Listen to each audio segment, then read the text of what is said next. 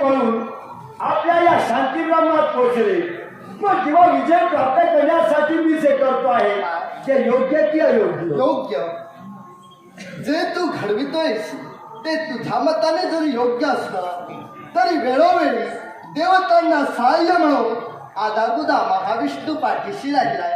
आणि याच कारणानं आज सुद्धा देवतांना सहाय्य करण्यासाठी हा महाविष्णू तत्पर आहे. पण शंकरचूडा, तुझ्या मनाची महत्वाकांक्षा काय या महाविष्णूला जाणून घ्यायची आहे. देवा, माझ्या मनातील महत्वाकांक्षा एकच, कारण ज्या देवाची मी भक्ती केली, ज्या देवाचा मी लाडका भक्त झालो, माझ्या इच्छेप्रमाणे देवानं मला हवं ते दिलं.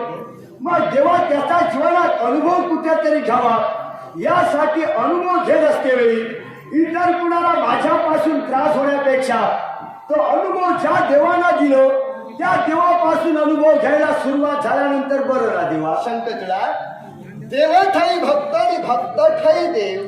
भक्त पूजिते भगवंता, भगवंत पूजितो आपुल्या भक्ता. देव आणि भक्त यांचं नातं अतूट राहिलं पाहिजे, यासाठी प्रत्येक देवतेची इच्छा आहे या विश्वाच्या पाठीवर प्रत्येक देवतेचा भक्त मोठा व्हावा. आणि या नारायणाची सुद्धा इच्छा आहे, ज्यार्थी तू माझा भक्त आहेस त्यार्थी शंकरचूडा तू सुद्धा या विश्वात मोठा व्हावा असं या नारायणाला मनोमनी वाटते. थांब देवा, काय बोललास? हे शंकरचूडा, तू सुद्धा माझा भक्त आहेस. होय. या विश्वाच्या पाठीवर तू सुद्धा मोठा व्हावा अशी नारायणा तुझी इच्छा आहे. देवाची इच्छा आहे. मग देवा थांब, तू म्हणतोय शंकरचूडा तू माझा भक्त आहेस. देवा, मी जन्माला आल्यापासून मला कळू लागल्या दिवसापासून आजपर्यंत देवा चुकून सुद्धा मी केव्हा तुझी भक्ती केली नाही. मग केव्हा चुकूनही भक्ती केली नाही. तुझा माझ्या देवभक्ताचा नात्याचा काही संबंध नाही. मग तेव्हा आज जे तुझ्या मुखात हे शब्द बाहेर पडले, तू शंकरचूडा माझा भक्त आहेस, मी ज्यावरती तुझी भक्ती केली नाही, मग तेव्हा मी तुझा भक्त कसा तो सांग. अरे त्यार्थी तू माझी जरी भक्ती केली नसेल तर या महाविष्णूच्या मुखातील शब्द तू माझा भक्त आहेस आणि मी तुझा देव आहे आणि देवाच्या मुखातील शब्द हे सत्य आणि सत्यच असणार. मग जेव्हा तुझ्या मुखात बाहेर पडणारे शब्द हे श्रीवास सत्य आहे, मग मी तुझा भक्त माझ्या मतानं नाही, ज्यावरती मी तुझी भक्ती केलीच नाही, आता मी तर तुझा भक्त नाही. तू जर म्हणतोय शंकरचूडा तू माझा भक्त आहे, मग तेव्हा तुझ्या भक्तांना पटून दे, शंकरचूड तुझा भक्त कसा तो सांग. मग शंकरचूडा तू माझा भक्त कसा हे माझ्या भक्तांना आणि सर्व देवांना पटवून देण्यासाठी ऐक शंकरचूडा. ब्रह्मदेवांचा पुत्र म्हणजे मरीची आणि या मरीचींचा पुत्र म्हणजे कश्यप. या कश्यपाला दक्षानं आपल्या 13 कन्या दिल्या. या 13 कन्यांपैकी कश्यपाची एक स्त्री म्हणजे धनु आणि या धनुचा पुत्र म्हणजे दंभा तुझा जन्म देता बाप होईल. या तुझ्या बापानं जीवनात काय केलं? ध्यानी मनी चिंतनी आसनी नयनी भोजनी या महाविष्णूचं स्मरण केलं. त्याची निस्वार्थ भक्ती पाहून मूर्त स्वरूपानं हा महाविष्णू त्या दंभासमोर प्रकट झाला आणि त्या क्षणी देवाच्या मुखातून शब्द निघाले, हे माझ्या प्रिय भक्ता दंभा, तुझी भक्ती पाहून आता महाविष्णू तुझ्यावर प्रसन्न आहे. तेव्हा महाविष्णूचं दर्शन कधी निष्फळ ठरणार नाही. तुझ्या मनी जी इच्छा असेल असा इच्छित या देवाकरवी मागून घे. त्या क्षणी तुझ्या बापानं मागून काय मागितलं? देवा, मला जर द्यायचाच असेल तर देव मानव दानव कृमी कीटक या सर्वांवर विजय प्राप्त करेल असा पराक्रमी पुत्र मला दे. त्याची निस्वार्थ भक्ती पाहून देवाच्या मुखातून शब्द निघाले, तथास्तु तथास्तु तथास्तु. आणि तोच माझ्या वराचा कृपा प्रसाद म्हणजे शंकरचूडा तू होय. आता मला सांग, जर ती तुझा जन्म देता बाप जर माझा भक्त असेल तर तू कुणाचा भक्त झाला? तरी पण जेव्हा एवढं जरी सांगितलं तरी अजूनही माझी शंका आहे. शंका आहे. देवा, माझा बाप दंभ हे बरोबर, मग माझ्या बापानं दंभानं जर तुझी भक्ती केली आणि माझ्या बापाची इच्छा जेव्हा तू पूर्ण केलीस, माझ्या बापाच्या इच्छेप्रमाणे माझ्या बापाला तू पुत्र प्राप्त करून दिलास होय. होय ना होय.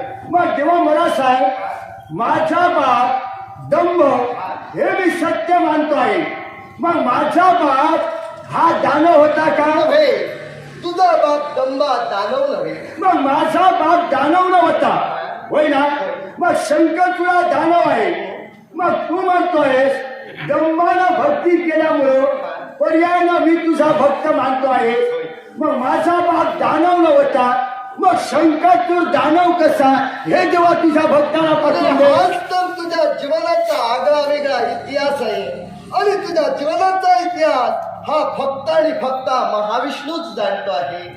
मग तुझ्या जीवनाचा इतिहास तुला ऐकायचा असेल तर ऐक. ज्याप्रमाणे देवतांचे गुरु म्हणजे बृहस्पती त्याचप्रमाणे दानवांचे गुरु म्हणजे शुक्राचार्य.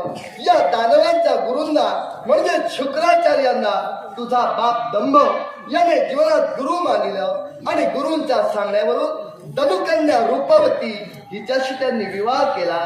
आता तुझी जन्म देती माता ही दनुकुलातली असल्यानं तुझ्या अंगी जे गुण वावरत आहेत हे अर्थात दानवी वृत्तीचे आहे. पण एवढ्यावर तुझा इतिहास संपलेला नाही. तुझ्या जीवनाचा इतिहास आहे तो आगळा आणि वेगळा. मग ऐक शंकचूडा, दर 12 सहस्र वर्षांमध्ये निर्माण होणारी 4 युग कृत त्रेता द्वापार आणि कली या 4 युगांच्या ठाई सज्जनांचा उद्धार करून दुर्जनांना शासन घडविण्यासाठी या महाविष्णूनं नाना रूपांनी भक्तांच्या रक्षणासाठी अवतार धारण केलाय. आणि तोच माझा द्वापार युगाच्या ठिकाणी धारण केलेला अवतार म्हणजे गोपाल कृष्ण. या गोपाल कृष्णाच्या सान्निध्यात वावरणारा पूर्वजन्मीचा तू एक गोप होतास. या गोपानं जीवनात काय केलं? एक निष्ठतेने गोपाल कृष्णाची भक्ती केली अर्थात त्याच्या मुखातून कृष्ण स्मरण घडलं. कृष्ण स्मरण म्हणजेच विष्णू स्मरण.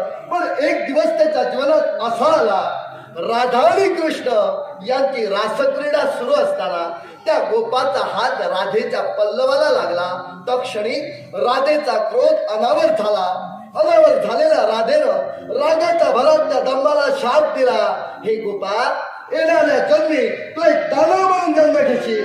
दानव म्हणून जन्म घेशील आणि तोच गोप म्हणजे शंकरचूडा तू होईल. हे नारायणा मग मला सांग आपल्या मुखाचे बाहेर पडणारे शब्द हे मी मान्य करू शकतो. मग जेव्हा माझा बाप हा दानव न होता मग एके दिवशी जेव्हा राधा आणि कृष्ण यांची रासक्रीडा चालली होती होय ना मग त्या राधा आणि कृष्णाची रासक्रीडा चाललेली असताना म्हणजे एक गोपाचा खेळ आणि त्या गोपाच्या खेळातील हे मी गोप म्हणून त्या ठिकाणी वावरत होतो होय ना मग तो गोपाचा खेळ ऐन रंगात आला होता. रंगात येतात क्षणी. मग गोपाचा खेळ ऐन रंगात आलेला असताना क्षणभर मी राधेच्या पदराला हात घातला.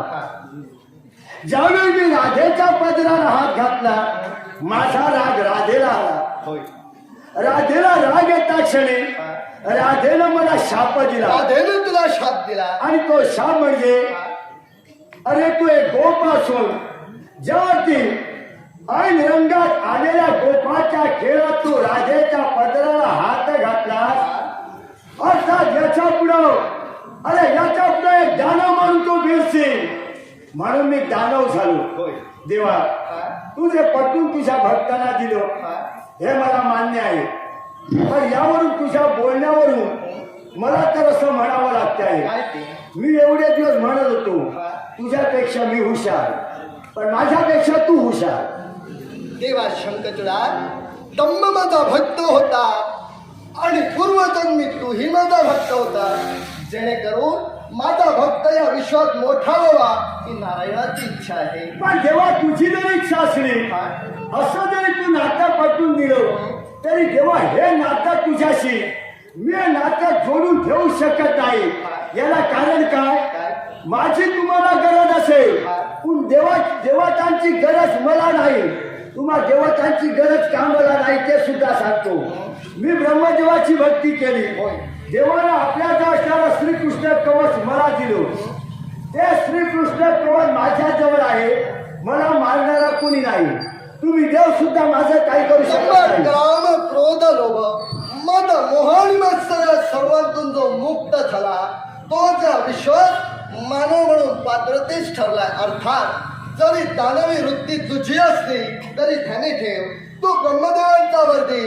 ब्रह्मदेवांच्या आशीर्वादानं तुला जे कृष्ण कवच प्राप्त झालं. अर्थात हे कृष्ण कवच म्हणजे या महाविष्णूची शक्ती आहे. जरी सर्व देवतांवर तू विजय प्राप्त केला तरी याचा परिणाम या महाविष्णूवर होणार नाही. हे तुम्हाला विसरू नको. हे देवा नारायणा, अरे श्रीकृष्ण कवच म्हणजे ही महाविष्णूची जरी शक्ती असली तरी ती शक्ती ब्रह्मदेवानं आज मला दिलेली आहे. आणि त्यातल्या त्यात तुला सांगतो आहे, कारण देवताची बाजू धरून भांडण करू नकोस, या देवतांच्या नादी लागू नकोस. या देवानं मला जे श्रीकृष्ण कवच दिलं, या देवानं माझ्यावर काय मोठे उपकार केले नाही. शंकरचूडा, अरे दुसऱ्याच्या सुखामध्ये सुखी होतो तो देव असतो. तू माझी एकनिष्ठतेने भक्ती केली, तुझं मला सुख पाहायचं होतं म्हणून हे तुला श्रीकृष्ण कवच दिलं. तू माझी भक्ती केली, माझ्यावर काही उपकार केले नाही. जेव्हा तू श्रीकृष्ण कवच दिलं, तू काही माझ्यावर उपकार केले नाही. मग जेव्हा तू म्हणतोय मी जर तुझी भक्ती केली हे तुझ्यावर उपकार नाही. मुळीच नाही. आणि तू श्रीकृष्ण कवच दिलं हे माझ्यावर उपकार नाही. तुझ्या स्वार्थासाठी म्हणजे देवताबरोबर हे देवभक्ताच्या नात्याचे संबंध मला जोडायचे नाही. मग दंभपुत्र शंखचूडा दंभ माझा भक्त होता, त्याचप्रमाणे तोही दंभाप्रमाणे प्रिय आहे म्हणून समजावणीच्या बोधानं नारायण तुला सांगतोय, हा मत्सर सोड आणि तुझ्या अंगी जर पराक्रम असेल तर धर्मकार्य म्हणजे देवकार्यात सहकार्य करू तुझा मोठेपणा या विश्वाला दाखव. म्हणजे देवतांसमोर तुझंही महत्व या विश्वाच्या पाठीवर टिकवून ठेवण्याचं काम हा नारायण करेल. हे देवा नारायणा, तुम्हा देवतांच्या धर्म कार्य राहण्यासाठी या शंखचूडानं तुम्हा देवतांना सहाय्य करावं. तुम्हा देवताच्या नावाबरोबर या शंखचूडाचं महत्व राहिलं पाहिजे. तुम्हा देवतांच्या जीवावर मी मोठा होणारा नव्हे. शंखचूडा देव हे नटनाटकी आहेत, भक्तांची कसोटी घेतात. भक्त जर उतराई ठरला असेल तर उचित असा वर देऊन भक्तांचा उद्धारही करतात. पण भक्ताच्या मनी जर मत्सर निर्माण झाला असेल तर भक्तांना कसं द्यावं आणि भक्तांकडून पुनश्च कसं घ्यावं हे देव योग्य प्रकारे हे जाणे. नारायणा, अरे देवतांची दैवी साक्षात्काराची प्रचिती तुम्हा देवतांचा देवतत्व विश्वाच्या पाठीवर अबाबी आवाज राखण्यासाठी तुम्ही देव तुमच्या तत्वाशी निघालात. पण आपल्या देवताला मी सांगतो आहे आणि त्या देवताला माझा आव्हानच आहे, तुमच्या देव भक्ताचं नातं जर सांगत असाल हे नातं मी तुमच्याशी जोडतो आहे. सर्व देवतांना सहाय्य मिळो, तुझा उपद्रव देवतांना अथवा भक्तांना होणे यासाठी या महाविष्णूच्या मुखातील शब्द हरिनाम मिळे हरिनाम मिळे हरिनाम